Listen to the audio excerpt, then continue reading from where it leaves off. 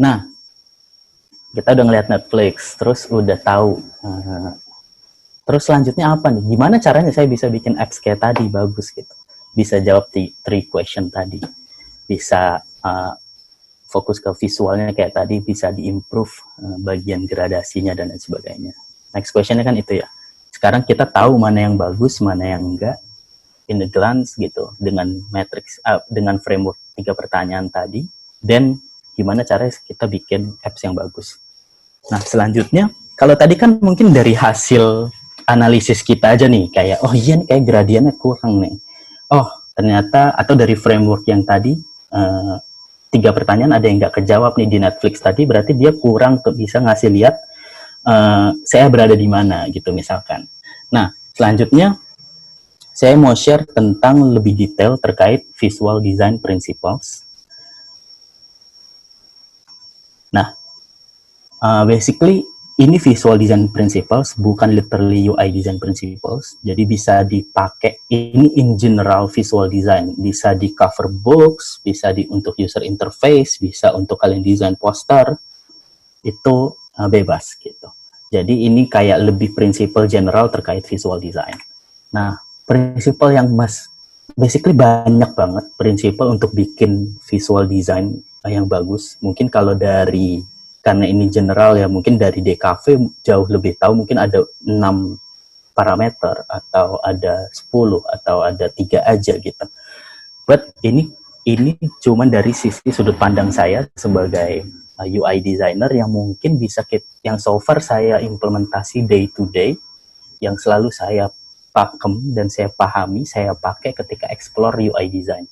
Yang pertama itu ada shape, color, typography, dan yang terakhir itu hierarchy. Hierarchy itu kombinasi dari semuanya, shape, color, and typography untuk build good hierarchy basically. Nah, yang pertama shape. Shape ketika di UI design, misalkan kalau di visual design ya, gimana kita nge-create suatu illustration atau suatu images atau suatu banner yang intinya kan tensionnya itu detail atau simple. Kalau simple segitiga kotak gitu ya. Kalau detail segitiga, boxnya 3 dimensi, ada shadow-nya, ada gradiennya, ada lightning-nya gitu ya. Nah, cuman ketika di UI design itu ada 2 kombinasi kenapa kita bisa harus bikin di simple shape. Nah, kita harus cari sweet spotnya nih, jangan sampai terlalu detail, tapi bisa di-recognize gitu, kalau ini tuh tempat obat dan pil gitu misalkan. Dan ini kan sebenarnya cara bikinnya bener-bener simple ya, dari simple shape yang roundednya beda-beda, ini tuh kotak semua gitu. Nah, tinggal kita cari gimana caranya biar bisa simple tapi mudah di-recognize gitu. Nah, kenapa sih kalau di UI design itu ada 2 parameter, kenapa kita harus bikin suatu hal yang lebih simple? Yang pertama itu karena tadi dari user lebih mudah untuk ngelihat pattern yang simple. Yang kedua itu dari sisi technicalnya. Jadi kalau misalkan semakin simple illustrationnya, size-nya semakin kecil, berarti load-nya semakin cepat, berarti performance app-nya makin bagus gitu. Jadi kadang ketika, kenapa sih di apps tadi nggak ada yang benar-benar imagery atau ilustrasi yang benar-benar detail, kayak kita ngelihat lukisan gitu. Karena itu ada bagian performance-nya sama recognizable dari users gitu. Nah, yang kedua color. Sebenarnya nih color tuh bener-bener apa ya, luas ya. Saya sendiri kalau misalkan di Bukalapak, color itu udah di-define sama sistem desainernya. Jadi UX design tuh tinggal pakai aja. Atau memang kalau misalnya ada beberapa masukan, kita bisa contribute untuk atau nge-raise suatu problem. Kayaknya kayak saya butuh warna baru, warna ini dan lain sebagainya gitu. Nah, ketika freelance, ketika kita ngedesain suatu sendiri gitu, misalkan saya harus ngedefine sendiri warnanya gitu, nggak kayak di startup besar gitu, UX design juga harus ngebikin warnanya. Nah, rule pertama itu pastiin kita paham kalau misalkan color itu punya universal understanding loh. Jadi kayak ini contohnya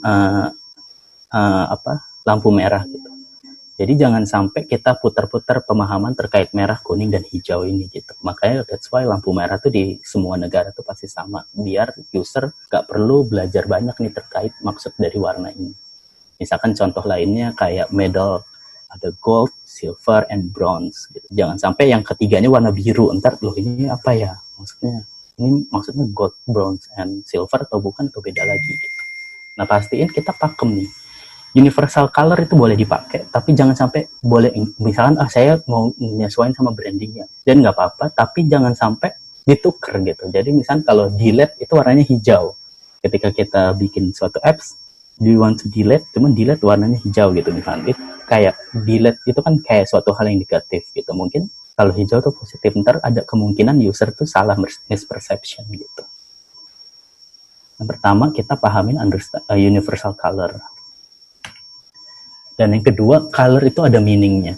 Jadi ini lebih ke brand visual sih sebenarnya, bukan di product design. Jadi kayak misalkan warna hitam itu artinya apa, warna merah artinya apa. Ini mungkin bisa di googling untuk lebih detail terkait merah, ungu, orange, hijau, biru. Itu mengenandakan apa sih dari sisi ekspresif, dari meaningnya itu apa sih gitu. Dan yang terakhir itu, ini yang lebih penting ketika kita desain suatu produk digital, yang pastiin accessibility-nya.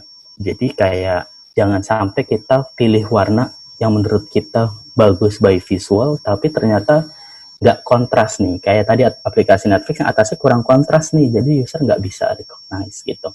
Tapi again, balik lagi, apakah Netflix mau memang emphasize itu atau enggak, atau itu memang teks yang secondary, emang orang kita nggak mau baca itu. It depends on kita ngedefine structure-nya, user mau baca yang mana dulu sih gitu. Kalau memang intentionnya, oh enggak, teks yang paling atas, type yang nggak kelihatan itu, ternyata nggak, emang kita pengen user nggak baca itu, nggak apa-apa gitu. Nah, terus selanjutnya color combination. Jadi ketika kita nge-combine suatu colors, mungkin kan cara paling gampangnya, mungkin ya kita coba-coba gitu, enaknya yang mana ya gitu. Cuman biasanya ketika di visual design itu, color combination itu ada 5 cara loh, ada 5 pattern yang bisa kita pakai. Yang pertama itu monokromatik. Monokromatik itu kita pick salah satu dari color wheel ini, terus kita cari, terus dia ada warna yang lebih terang, ada warna yang lebih gelap, saturationnya beda. Atau ya triads itu komponen campuran dari 3 warna. Ini basically kalau misalnya kita mau deep dive lagi, ada warm and cold color, yang cold itu di bagian kanan bawah, warm itu di atas gitu. But basically kalau misalnya kalian notice sama brand-brand besar, biasanya pakai komponen warna ini between, misalnya dia pakai triad, analogous, atau complementary gitu. Ini untuk combination. Nah, ini saya ada mau share video tentang material design, silahkan dicek dulu di sini. There are no wrong colors. What matters most is how you use them. But with such a broad spectrum to choose from, how do you know which colors will work for you? The Material Design Palette provides a simple, smart approach to building with color. Starting with the primary 500s, it scales from light to dark, offering a variety of carefully chosen values. These color ranges are then applied to different elements in the UI. The 500s are perfect for describing the dominant theme in your product and are great for toolbars. From there, scale up to the 700s for status bars, or down to a 300 for secondary information. Accent colors are brighter and more saturated. They encourage user interaction, giving your UI subtle but considered color pops. They are perfect for highlighting primary action buttons or tabs, standard buttons, switches, sliders, and more. This system for thinking about color is powerful, immersive, and completely adaptable to any application. Whether your brand is poppy and bright or serious and subdued, Material Design makes color work for you. Start building. Get to know the fundamentals of color on google.com/design. Nah, jadi dari video tadi, dia mention kayak nggak ada warna yang benar, nggak ada warna yang salah. Tinggal gimana cara kita nge-use it-nya. Tinggal kombinasinya mau pakai apa. Kita tadi udah ada cara apa, pattern kombinasinya kayak gimana. Atau tinggal gimana caranya ketika kita implement warna desain, jangan sampai kontrasnya kurang baik gitu. Nah, material design ini kalian bisa cek di google.com/design/spec style color. Itu mereka udah siapin semua color palette yang mungkin yang cocok untuk visual UI design. Yang bisa kita tinggal pakai nih warna-warnanya dari Google gitu. Tinggal kita main creationnya aja gitu. Jadi kita nggak build from scratch. Google udah nyiapin dan ini katanya bakal fit sama Android, which is UI OS platform yang mungkin salah satu sekarang paling banyak usersnya gitu. Jadi mungkin kita bisa start, oh ya udah saya coba ambil color pick dari material design dulu deh, saya coba startnya dari situ, baru kita cek kombinasinya, terus kita cek tanpa benar-benar build from scratch gitu.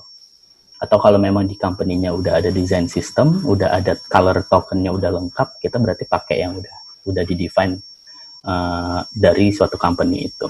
Basically ketika kita didesain, tadi saya agak lewat, cuman dijelasin di video ini kayak ketika kita designing produk, itu color itu juga mempengaruhi ekspresif dari suatu brand gitu. Jadi ketika Bukalapak merah, Tokopedia hijau, Shopee orange gitu misalnya. Nah itu bisa juga sebagai biar kita, oh ini Bukalapak brand ekspresifnya kayak gini loh, yang bisa kita translate ke suatu produk kayak gitu.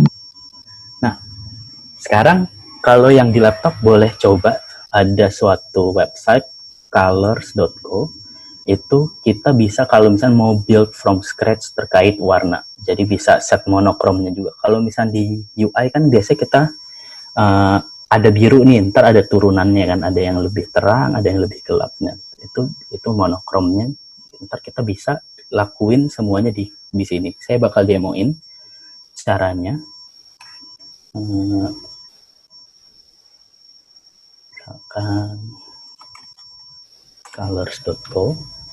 Ini gampang banget cara ngegunainnya kalau misalnya kalian di suatu project dan harus bikin brand colornya sendiri atau produk colornya.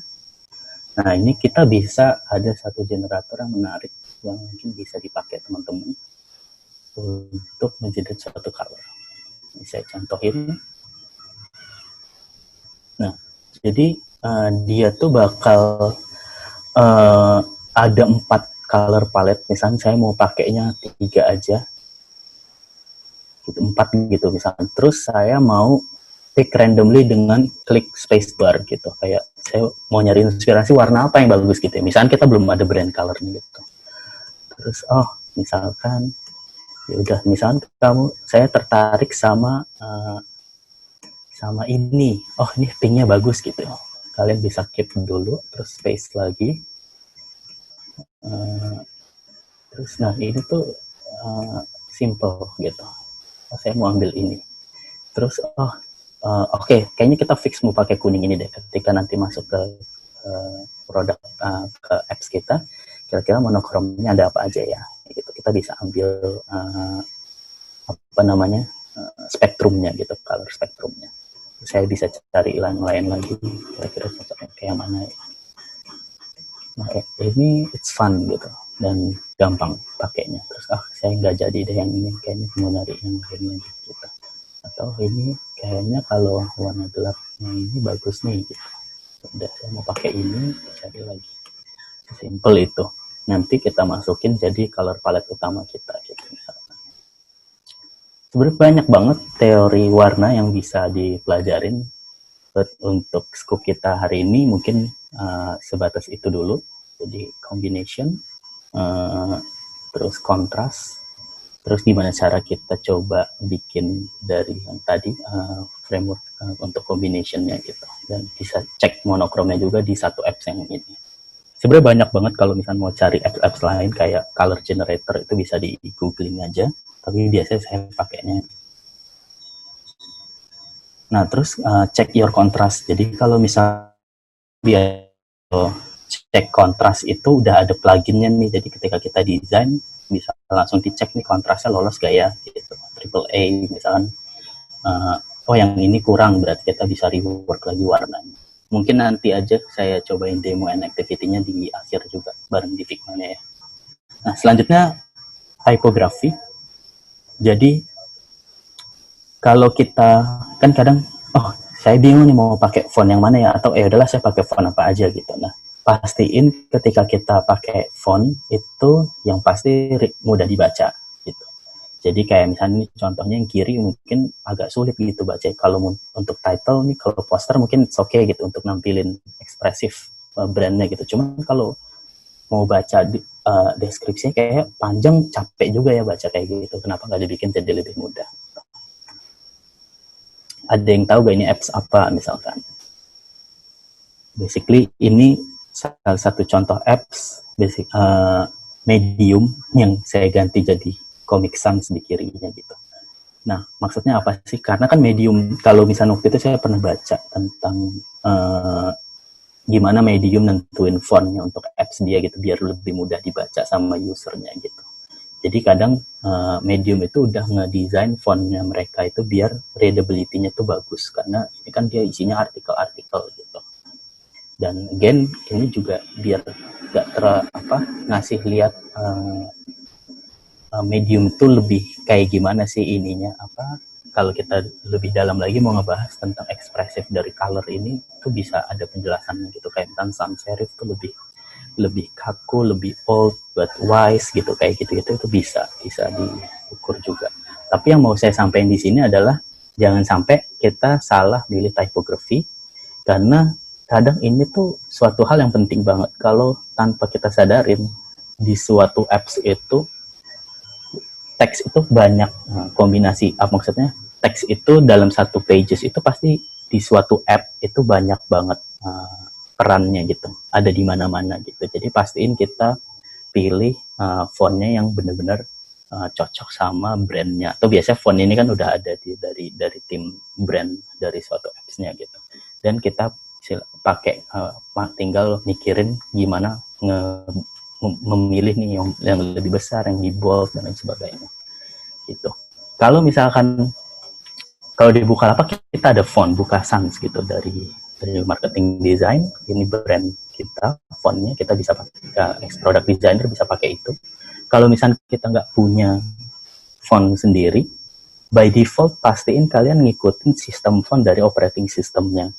Jadi kalau misalnya di Google udah siapin Roboto, kalau misalnya di Apple itu udah siapin San Francisco font. Nah, by default kalau kita nggak punya font mungkin bisa akan lebih wise dan lebih bagus kalau misalnya kita pakai font dari bawaan operating systemnya. Nah, ini contoh Airbnb ketika redesign fontnya.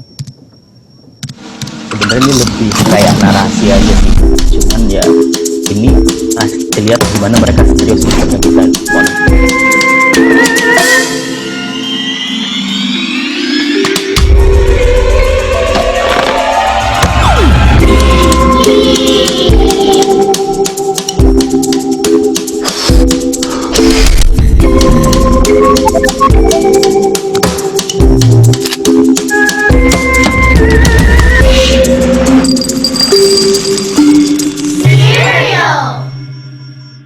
Ini lebih ke narration dan kayak wah oke, new font gitu. Kalau mau tahu lebih dalam terkait story behind di si font Airbnb serial ini bisa di googling gitu.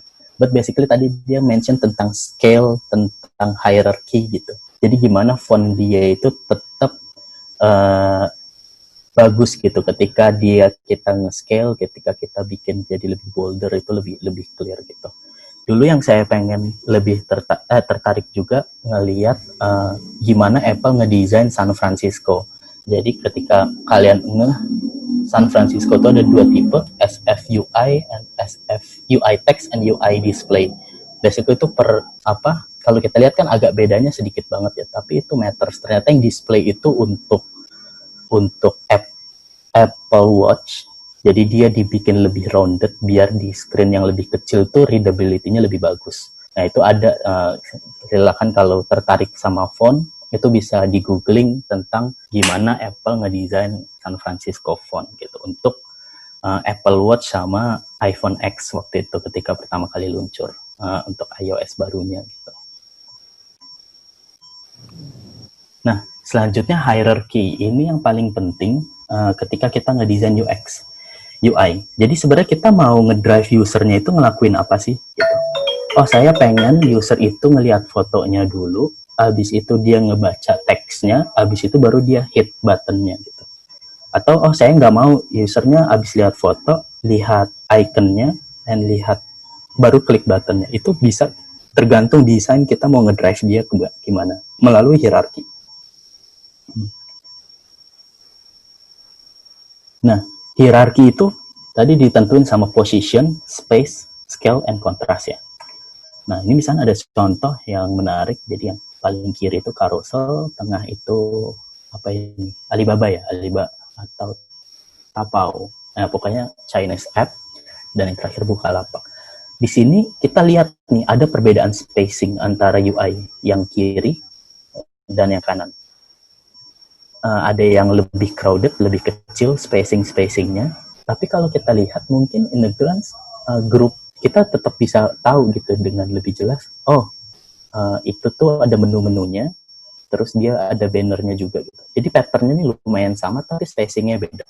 Nah, kalau kita pakai spacingnya itu rapih dan combination penggunaan spacingnya itu rapi, kita tetap bisa ngasih hierarki yang bagus gitu. No matter itu bakal lebih sempit atau lebih luas gitu spacingnya. Dan kalau di UI design itu kan kadang kita biasanya pakai kelipatan 4, 5, dan 8 karena biar lebih biar lebih clear antara. Jadi UI design tuh nggak perlu mikirin ini, kalau kita lebih nge-simplify lah suatu hal yang mungkin bisa terjadi kalau per satu pixel kita bisa 15 atau 13 atau ada yang 12 itu bakal lebih bingung. Kita pakai kelipatan biasanya. Ini contohnya Bukalapak. Kita pakai kelipatan 4. Jadi setiap spacingnya itu pasti kelipatan 4 gitu. Nah, itu di UI. Kita simplify suatu hal spektrum yang kompleks gitu. Dari 1 sampai 100 kita jadi bikin 4, 8, 16, 32, 24, dan sebagainya. Kayak gitu. Dan ya itu ketika kita ngedesain UI, makanya toolsnya beda. Kita agak sulit desain UI di Illustrator gitu, karena kita butuh pixel perfect gitu. Jangan sampai koma-komaan, jangan sampai agak mencong gitu. Karena coba aja kalau misalnya kita pakai spacingnya yang agak beda, itu bisa ngasih layout harmoninya tuh jadi lebih bisa jadi kayak ada yang aneh gitu ternyata karena spacingnya kayak gitu. Dan ini scale yang diimplementasi di teks gitu. Jadi daripada yang kiri mungkin lebih plain, kita ini maksa user untuk baca semuanya gitu. Dear Jane, you are invited to Jones. Sedangkan yang di kanan, Jones 21, ulang tahun Jones ke-21, Saturday, RSVP 5, oke. Mungkin itu lebih clear gitu. Ini jelas yang di kanan tuh, ini loh 3 main information harus kamu ketahuin gitu, biar kamu datang ke Jones Party gitu. Jadi goalnya itu gimana caranya orang bisa datang ke Jones Party. Nah, dia dengan mainin scaling aja nih, scaling dan color contrast, color combinationnya. Terus kalau di UI gimana sih implementasinya? Sama. Ini gimana App Store itu ngebikin position, space, and scale-nya tuh lebih jelas. Jadi di atas, terus lebih besar, dan spacing-nya juga lebih jauh daripada yang lain gitu.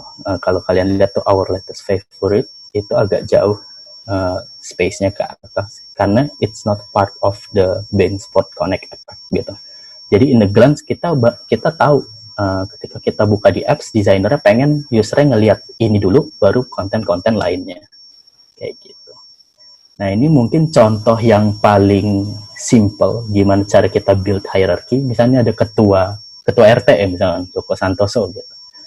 Nah, kita tahu nih Joko Santoso lebih tinggi daripada Wati Nuraini karena posisinya di atas gitu. Dan saya lebih diyakinin lagi karena ada teks penjelasnya ketua gitu. Kayak tadi Sidik bilang terkait mungkin ada tambahan button push-nya gitu biar orang yakin itu di push. Nah, ini ketua Joko Santoso hierarkinya dia lebih tinggi daripada Wati Nuraini. Nah, mungkin kita juga bisa lebih emphasize lagi nih biar user ke Joko Santoso nih, dia lebih tinggi nih dari Wati Nuraini. Dengan kita mainin space aja tuh udah bisa nge-communicate suatu hal yang berbeda. Yang kedua, kita gedein. Joko Santoso nih ketuanya nih. Kita bisa in the glance bisa notice, ini Joko Santoso itu tuanya dengan kita ngasih scale yang lebih besar. Atau kita mainin color. Oke, Joko Santoso itu membawahi sekretaris, bendahara gitu dan lain sebagainya. Oke, gitu. Ada yang mau ditanyain dulu nggak terkait terkait materinya so far? Oke, ada yang mau tanya-tanya boleh raise hand ya. Oke, ada satu orang yang raise hand. Mas Andika boleh tolong dinyalain mikrofonnya? Ada Abdi Wibowo Ma'arif. Sambil nyalain juga ya mic-nya, silahkan. Halo, Abdi. Ya.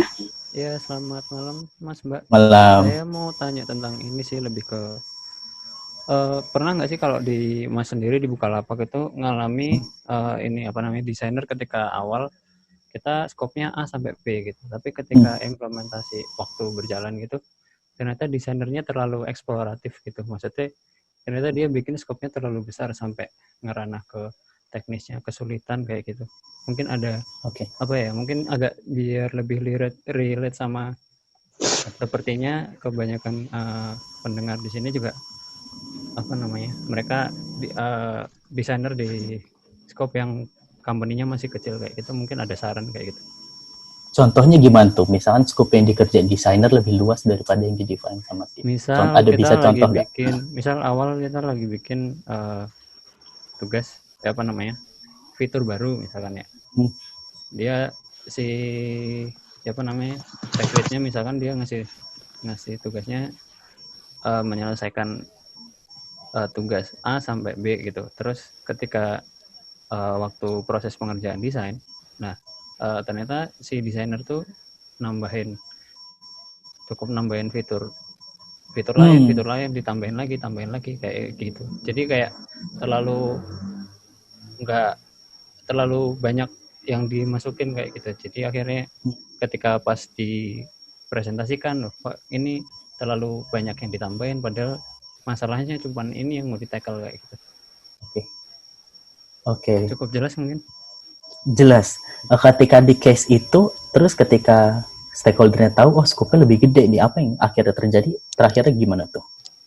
Di case yang Abdi kalau yang saya lihat alamin. Ini sih memang benar ketika ya waktu di awal dikasih tahunya masalahnya gitu, tapi kenapa yang dikerjain malah jadi nambahan gitu. Misalkan ngerjain kita ngasih tambah fitur riwayat gitu, ternyata dia ngedesain untuk user bisa lihat riwayat apa yang dia lakukan, di sana ditambahin sampai bisa ngelihat detail produknya apa, padahal nggak sampai segitu gitu. I see. Oke. Udah itu aja mau ditanyain. Jadi kenapa di Bukalapak pernah nggak ya ngalamin kayak gitu ketika desainernya over exploratif terkait requirement-nya? Terus biasanya gimana sih kalau udah kejadian kayak gitu ya? Oke. Thank you Abdi. Ada lagi yang mau ditanya? Itu dulu sih. Itu dulu ya. Oke. Thank you Abdi Wibowo. Jadi basically it's common ya ketika kita as a problem solver gitu. Gue pengen biar lebih detail lagi gitu. Gue pengen desainnya kayaknya kurang nih kalau cuma nampilin latest transaction. Gue pengen sampai ke detail lagi. It's okay gitu. Kita juga kadang harus mahamin kalau misalnya build product itu bukan cuma desainer, bukannya engineer harus ngikutin desainer, bukannya desainer ngikutin engineer and so on, tapi kolaborasi between, kalau misalnya kalian ngeh di design thinking itu ada technical, ada business, ada users gitu. Dan innovation itu adalah terkait kombinasi dari itu semua. Misalkan contohnya gini, anggap aja kita zaman dulu ya, terus saya mau bikin, gimana caranya orang bisa pindah dari A ke B lebih cepat. Kalau dulu kan jalan kaki gitu misalnya. Misalnya saya dari Bekasi ke Jakarta, makan waktu pakai mobil misalkan 1 jam. Gimana cara saya bisa lebih cepat gitu kan? Kan kalau kita desain untuk solve problem paling enak bikin aja alat teleportasi ya gak? Atau bikin aja motor bisa terbang ya gak? But at the end technicalnya belum sampai ke situ gitu, capability tech yang ada itu belum sampai di situ. Jadi kita harus work around untuk pastiin solusinya itu cocok sama technical capability sekarang gitu. Dan baru ntar dari sisi bisnis juga ntar akan bermain di situ, kira-kira akan lebih menguntungkan yang mana, apakah kita build sepeda terbang atau motor terbang misalnya, contohnya kayak gitu. But at the end kita harus bisa ngelihat dari sisi tiga sisi tadi, technical, business, and usernya. Nah, kalau misalnya case di Bukalapak tadi, makanya saya mention di environment itu, understanding the environment, pastiin semuanya clear dulu. Misalkan saya kasih contoh ini. Nah, ini kan desainnya. Nah, pastiin, jadi kalau misalkan in detail, si James Garrett ini bilang, desain itu outputnya tuh kayak gini. Kayak tadi, halaman Netflix, halaman Bukalapak, halaman lain sebagainya, itu final produknya. Tapi the story behind itu ada requirement-nya, ada target user-nya, business goals-nya apa. Nah, ini tuh dilakukan secara bottom up gitu. Jadi jangan sampai kita ketika nerima scope, kita langsung jump ke sini gitu. Dan ini tuh harus saling harus saling melengkapi gitu. Jadi dari target usernya harus clear dulu nih. Makanya saya bilang di yang tadi, pastiin semuanya clear dan sinkron, everything in the same page, tentang scope-nya, tentang target usernya, business goals-nya, dan lain sebagainya, baru kita start design gitu. Mungkin kalau misalkan dari designer pengen, kenapa nggak transaksinya ini kita bisa bikin biar bisa user bisa lihat lebih detail. Discussion itu harus dilakuin ketika di bagian ini. Ketika kita udah ketok palu scope-nya segini, dan berarti kita jangan sampai ketika di tahap ini kita out of scope gitu. Kita boleh nyampein terkait thoughts-nya. Mungkin saya dari designer bisa nih kayaknya kita tambahin fitur ini gitu. Tapi pasti kan ada timeline, ada bisnis yang mau dicapai. Mungkin itu bisa di another project improvement gitu. Nah, jadi pastiin gini, kita fokus kita nih sekarang ada di scope apa, ada di level mana. Ketika di level scope, kita ada masukan dan bilang ketika di level scope. Ketika scope-nya udah diketok palu dan project-nya udah berjalan, pastiin kita sesuai sama yang udah ditentuin di awal dulu aja gitu. Kayak gitu. Kalau di Bukalapak, akan kejadian kayak gitu gak? Mungkin bisa jadi akan kejadian, tapi jarang.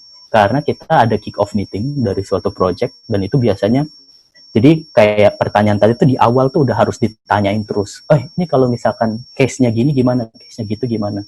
Karena di kick-off meeting tuh biasanya bahasnya tentang strategi and scope. Jadi PM ngasih tahu goal-nya apa, problem yang mau di-solve apa, scope dia ngasihnya fitur ini, any feedback gak? Nah, di situ kita bisa baru ngasih. Kalau misalnya ternyata udah lewat scope itu, ya udah kita come up sama solving problem yang udah ditentuin di bagian scope gitu.